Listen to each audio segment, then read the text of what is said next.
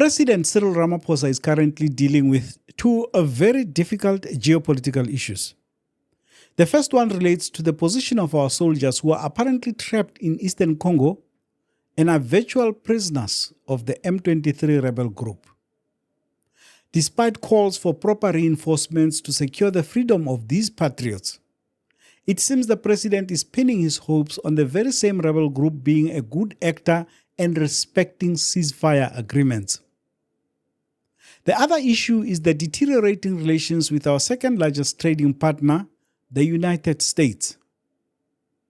No one indeed expected the US to depart so fundamentally from using its vast economic muscle as a tool of influence around the world to now demanding that other countries pay for assistance.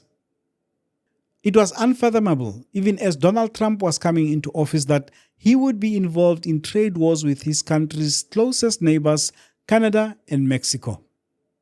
And yet here we are. And South Africa now finds itself at the center of a diplomatic quagmire that has nothing to do at all with how it has acted towards America. Ramaphosa has at least held the line on this one in telling the Trump administration that while we appreciate the generosity of the US and all the assistance we have received, we deserve respect. In this episode, I contrast the president's performance on these two issues during his question and answer session in the National Assembly. Hello everyone, welcome back to Joe Talks Politics. I am your host, Joseph Musia. Let's get right into it.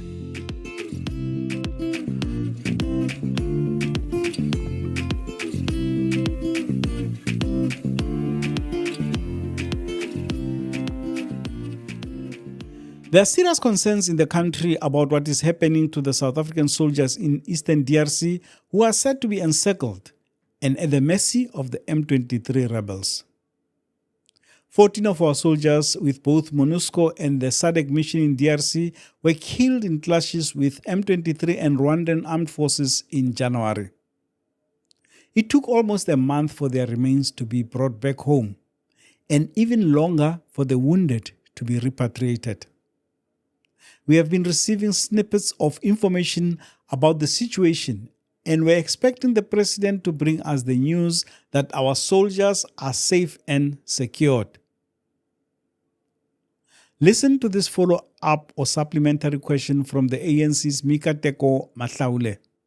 Honorable President, on the 28th of February 2025, the UN Relief Coordinator's Office reported that the humanitarian situation continues to deteriorate as M23 rebels push deeper into the region, capturing key towns and displacing thousands of people.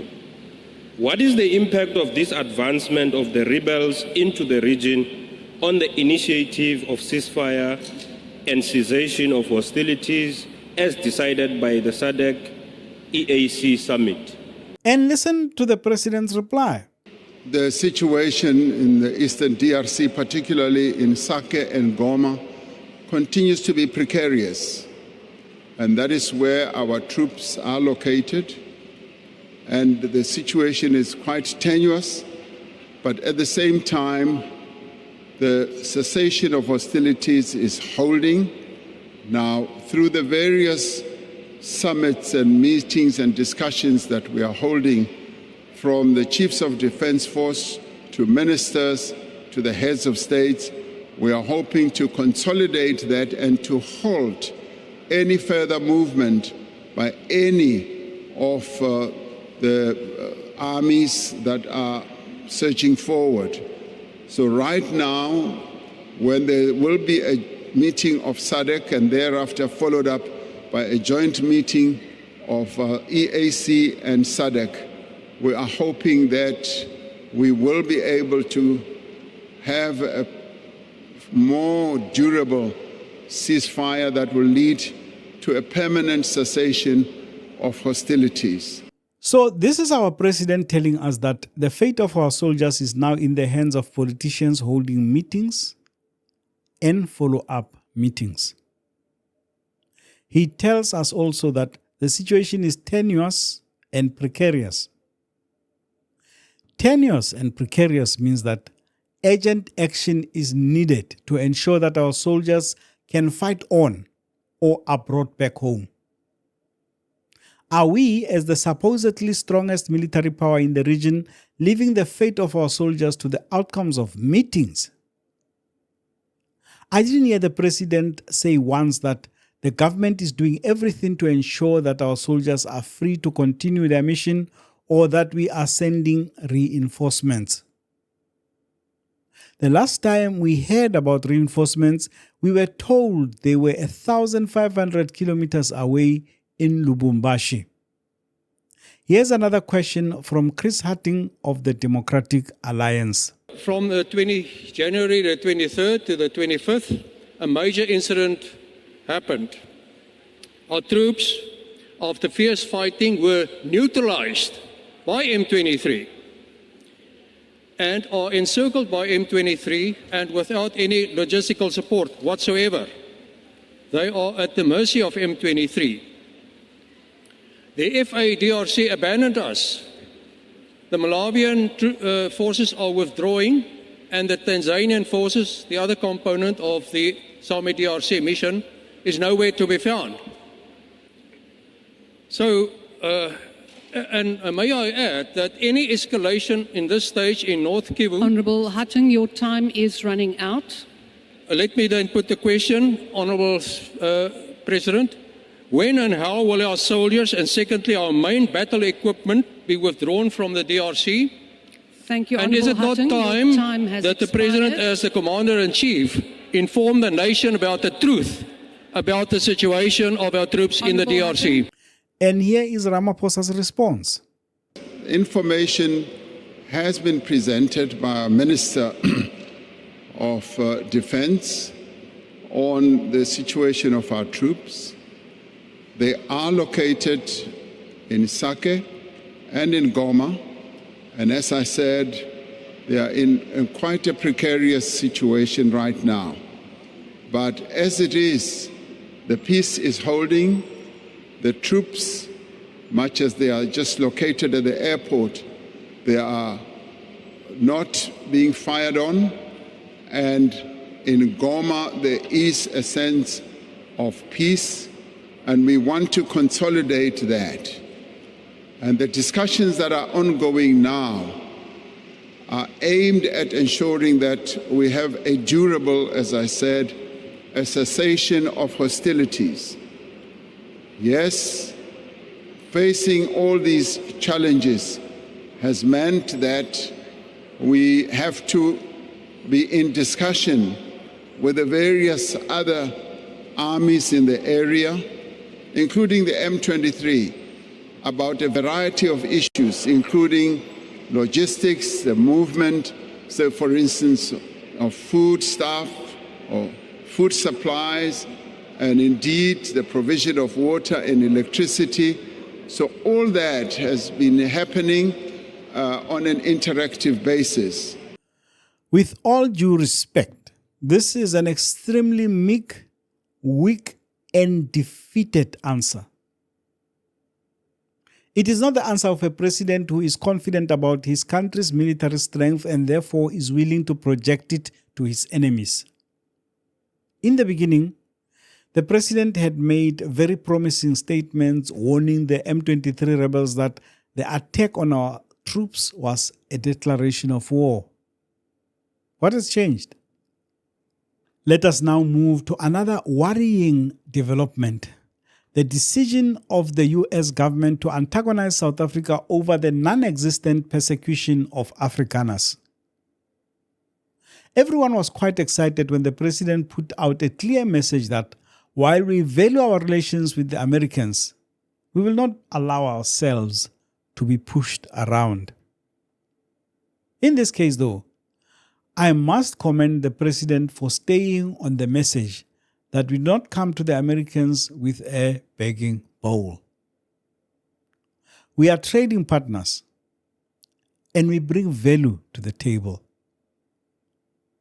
Yes, in terms of volume, we are the smaller partner, and we do rely on American assistance when it comes to programs like AGOA and PEPFAR. At the same time, though, we are not dependent on them. If they take away PEPFAR, we will struggle. But we have the economy to fund this important program. It is the same if we are to be kicked out of AGOA. Yes, our economy will suffer immensely. Companies will close down and unemployment will worsen. Yet we will not collapse as a country. I must admit that I was worried when I heard the president say the security services should look into the issue of whether AfriForum and Solidarity should be charged with treason for bad-mouthing the country in America. I have expressed my concern and my disappointment at what AfriForum and Solidarity have been doing in spreading misinformation about their own country in the United States. And I regard that as being non-patriotic, because when you are a patriot of a country, the best you do is to resolve the problems or issues you have in country rather than begin to damage the sovereignty of your country by running off to other countries and expecting them to take action against your own country. Because in part, through what they have done, they have instigated the action that is now being taken against the people of South Africa. And the fact whether that is treasonous or not is a matter that obviously our law enforcement agencies need to look at. The National Prosecuting Agency needs to look at that. But I take a dim view, in fact, a very negative view of what has ensued as they run around the world, bad-mouthing their own country and putting their country into disrepute, not by things that are happening, but by misinformation. And that also leads to dividing our own nation, because what they are seeking to do is to spread racist statements about their own country, when we are involved in building a nation out of the throes of a very divided situation that we suffered under.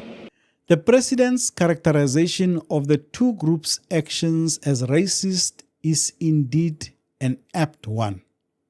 However, to target them is to let Donald Trump off the hook. In the greater scheme of things, who are AfriForum and Solidarity?